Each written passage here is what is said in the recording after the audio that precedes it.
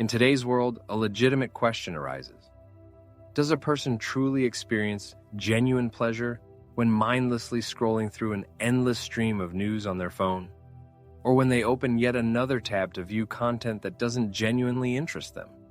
When they satisfy the need for food without feeling hunger, express laughter without feeling joy, and consume goods and services without real necessity? Who truly benefits? The person themselves or the system that has skillfully conditioned them to seek instant gratification? The harsh reality is that people have been programmed to relentlessly pursue pleasure, but in a way that ensures they never fully attain it. And most alarmingly, many are not even aware of this. We live in an era where pleasure seems readily available at any moment, yet somehow it is never enough. Aldous Huxley foresaw this situation almost a century ago. He warned that true control over society would be exerted not through direct oppression, but through the provision of excessive pleasures, not through the use of force, but through skillful distraction. He predicted a world where there would be no need to ban books, as people would lose interest in reading themselves. A world where the truth would not be hidden from sight, because it would be buried under mountains of useless and irrelevant information. A world where people would not need to be controlled from the outside because they would become addicted to their own servitude, voluntarily accepting its terms. Thus, the observer finds themselves in a dystopian reality created in the image and likeness of Aldous Huxley's novel, where all desires are satisfied in an instant, where pleasure is available every second. But this seeming idol only multiplies inner emptiness. In this world, where pleasure has ceased to be a deserved reward and has become a means of manipulation, it has become akin to a drug used to control the masses. Here, the illusion of free choice in consuming goods conceals a bitter truth. Each offered option is carefully designed to lure a person into carefully laid traps. One need only look around to realize the continuous flow of stimuli desperately vying for attention. Every notification on the screen, every sound, every bright flash of color is a cleverly disguised trap masked as entertainment. Instant gratification has become a new form of dictatorship. Instead of punishing, people are entertained. Instead of suppressing, they are continuously stimulated. Instead of being imprisoned, they are surrounded by countless choices that ultimately paralyze their will. As a result, people get lost in the pursuit of fleeting pleasures while their authentic lives gradually crumble. This is a state of addiction where, as with any other addiction, a person seeks not genuine pleasure, but merely another dose. Food has lost its nutritional value, turning into a source of dopamine generously laced with sugar and fat. Social networks have ceased to be a means of communication, becoming merely a generator of artificial sparks of approval. And the content that is consumed in vast quantities serves not for learning and development, but for mental anesthesia. There is a common belief imposed on society that achieving pleasure is the main goal of existence. But what if this idea is just a veiled deception? Aldous Huxley, a perceptive thinker, foresaw a future dominated not by direct suppression, but by skillful distraction from pressing problems. And here lies the root of the evil. Each serving of easily accessible, fleeting pleasure undermines a person's ability to experience true joy and satisfaction. Modern children have lost the ability to concentrate on reading books, but eagerly consume countless short videos lasting only a few seconds. Adults, in turn, are unable to enjoy silence and solitude, striving to fill every minute of their lives with meaningless noise and bustle. Interpersonal relationships are deteriorating as people are no longer willing to put in the effort to maintain and develop them when instant gratification is available with just one click. Readily available pleasures undermine the motivation to fight for what really matters, as genuine happiness and satisfaction in life require significant effort and expense. The problem is not with pleasure itself, but with the ease with which it is attained. It is worth pondering. Why has love become something disposable and transient? The answer is simple. Because of the endless multitude of alternatives. Why do people no longer strive to realize great ideas and dreams? Because immediate gratification has become much more accessible and attractive. Why does a person never feel fully satisfied? Because fleeting pleasures are incapable of filling the inner void and longing. This is how hedonism turns into a treacherous tool. It clouds the vision, distracting from the swiftly passing life. Like a drug, it enslaves the will, depriving one of the ability to experience genuine joy of existence. A person finds themselves trapped in an endless pursuit of a phantom mirage because sensual pleasures are not a solution, but merely an exorbitant price to pay for ephemeral delight. The question is, are they willing to keep paying this price? However, the most sophisticated trap lies not so much in the detrimental addiction to pleasure, but in the deceptive illusion of its necessity. From a young age, we are convinced that happiness is synonymous with pleasure, but no one teaches us to steadfastly endure the hardships of monotony. No one prepares us for the inevitable emptiness gaping in the soul. No one explains that a real life, worthy of being lived, is not a kaleidoscope of exciting moments, but a series of persistent struggles and overcoming. We are persistently instilled with the idea that everything should be exciting, simple, and pleasant, and therefore, whenever we encounter difficulties, we feel discomfort and anxiety, as if something is wrong. If the learning process does not bring immediate gratification, we readily abandon it halfway. If problems and disagreements arise in a relationship, we hastily write it off. If a project requires significant effort without promising immediate gain, we ruthlessly postpone it indefinitely. In the modern world, where haste has become the norm and discomfort is perceived as an annoying obstacle, people are taught to avoid silence and emptiness, not seeking to understand their meaning. What does this lead to? It forms a society whose members are unable to withstand even the slightest disappointment, constantly need stimuli, in order not to be left alone with their thoughts, and fill any pause with noise. These people mistakenly take comfort for happiness, but in the end, they become even more unhappy than before. Herein lies the paradox. The easier it is to obtain pleasure, the harder it is to experience true happiness.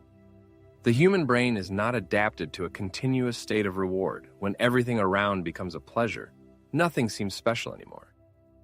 In the era of universal instant gratification, the value of things is lost, and the ease of achieving goals deprives life of meaning. And yet, people continue to increase the dose, seeking another dopamine hit, a new video, message, or stimulus to momentarily forget about the inner void. But the worst thing is that these pleasures not only deprive a person of happiness, but also steal the ability to think. A mind enslaved by the pursuit of pleasure becomes incapable of asking questions. From the point of view of social control, this is a key moment.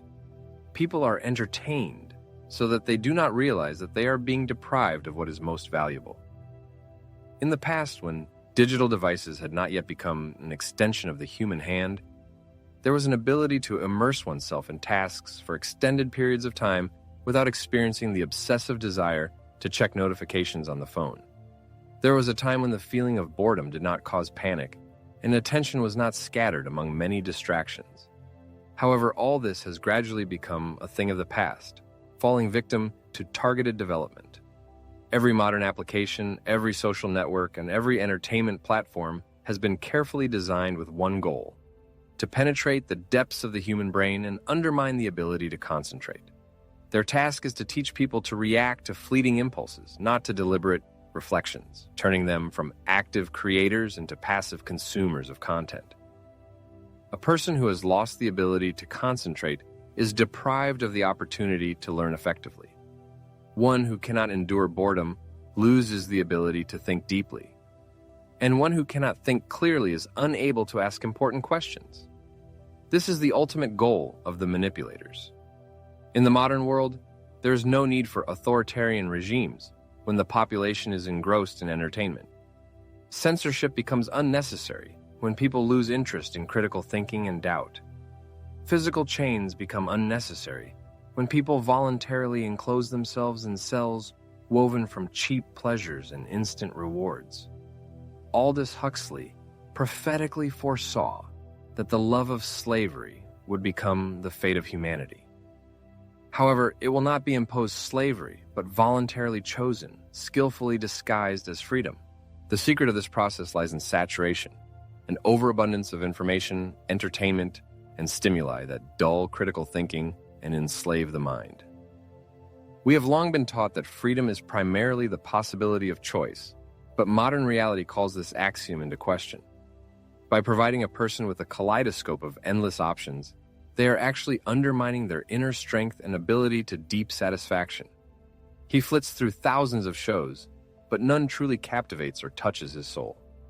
He shuffles through countless musical compositions, yet finds none he can fully enjoy, feeling every note. He meets a multitude of potential partners, each seeming imperfect, plucked from the crowd, and each new relationship proves more superficial and fleeting than the last. There's an illusion of limitless choice, but in reality, it only multiplies distractions, scattering attention and preventing focus on what truly matters. In a world where everything is superficial, fleeting, and easily replaceable, nothing holds genuine value. This is the insidious trap of modern consumer society. The cult of pleasure does not make a person freer. On the contrary, it weakens their will and spirit. The more they become accustomed to seeking instant gratification, the less able they are to withstand discomfort, an integral part of growth and development. After all, there is no success without hard work and overcoming difficulties. It is impossible to build a strong and deep love without sacrifice and compromise. You cannot achieve a significant goal without experiencing pain and disappointment along the way. However, the modern world, driven by the thirst for profit, is not interested in a person growing and becoming stronger. It only seeks to have them constantly consume, satisfying their fleeting whims. A person hardened by difficulties becomes stronger and more confident. One who can withstand discomfort gains independence and freedom from the opinions of others. And one who can delay gratification to achieve long-term goals becomes truly dangerous to the system, as they no longer need the cheap and primitive entertainment it offers in exchange for real life. The main question remains: has man retained sovereignty over his mind, or has he fallen victim to an insatiable thirst for pleasure? The path to inner freedom begins not with giving up the phone, not with deleting apps, and not with fleeing from temptations. The key to solving the problem lies in realizing that pleasure itself is not evil. What matters is how a person builds a relationship with it.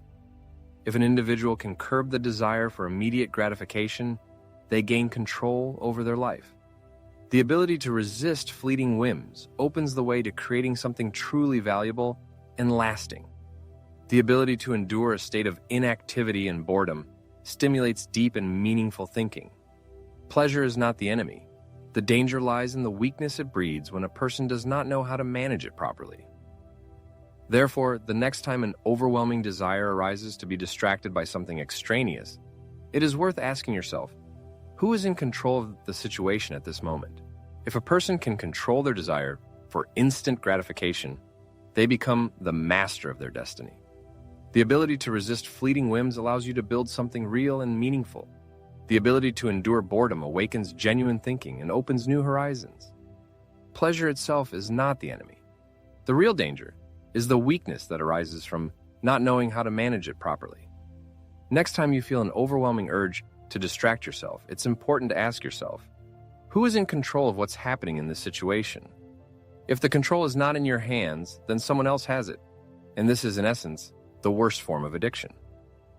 Now that this is understood, the main question is not whether it will be possible to avoid this trap in the future, but what actions will be taken based on the information received. The most alarming thing is that the pleasure that has power over you today will not disappear simply from the awareness of this problem. The brain has already undergone some training, patience has been undermined, and attention has been scattered. And if no effort is made, you can repeat the fate of many other people. This is the main idea of the system: to convince a person that awareness of the problem is tantamount to solving it. But this is far from the case. Knowledge that is not supported by action becomes just another way to distract. So, the question arises, Will this warning be ignored and life continued as if nothing happened, or will control be taken into one's own hands? It's not about becoming an ascetic or completely giving up pleasures. It's about developing the most valuable skill, self-control, the ability to stop in time, to say no, to get out of the vicious circle before it's too late. After all, if you don't learn to manage pleasure, then pleasure will begin to manage you. In a world where everyone strives for success, it's important to recognize a simple truth. Genuine achievements, creating something meaningful, and living a life filled with purpose are not exclusive to the most gifted, intelligent, or fortunate. The key to reaching these heights lies in the ability to delay instant gratification, resist the temptations of easy paths, and steadfastly endure the discomfort that accompanies challenging tasks. These qualities are not innate. They are shaped daily through conscious choices. People who achieve outstanding results distinguish themselves by making decisions that others avoid, forgoing what others cannot resist, and mastering the art of doing what is necessary rather than what brings immediate satisfaction. Therefore, the next time the desire to indulge in fleeting pleasure arises, it's worth pausing for a moment. It's important to feel that impulse, observe it, and recognize its true nature as chains that bind the mind. Then make a choice: succumb to temptation or regain control. In each such minor decision, in every moment when a person chooses what is important over what is easy, they train their brain, strengthening their willpower and self-control. If you start this journey today, repeating this process again and again, breaking habitual patterns, a moment of realization will eventually come. I am not like everyone else. There will no longer be a need for constant approval, instant gratification, or chains disguised as pleasures. A sense of freedom and belonging to oneself will arise. When that moment arrives, when control is regained, the system will no longer have power. Pleasure will cease to be a drug and become what it always should have been: a well-deserved reward, not a prison. The author poses a rhetorical question, addressing the reader with a call to action. He suggests considering whether one is ready to continue indulging in their weaknesses and fleeting desires, or whether they will choose a path that requires courage and self-discipline. To encourage the reader to change, the author suggests publicly declaring their intention to take control of their life. He urges them to leave a comment with the words, "I am taking control," emphasizing that even such a simple action can be the first step towards change. According to the author, publicly declaring one's intentions strengthens a person's resolve and increases the likelihood that they will actually take action.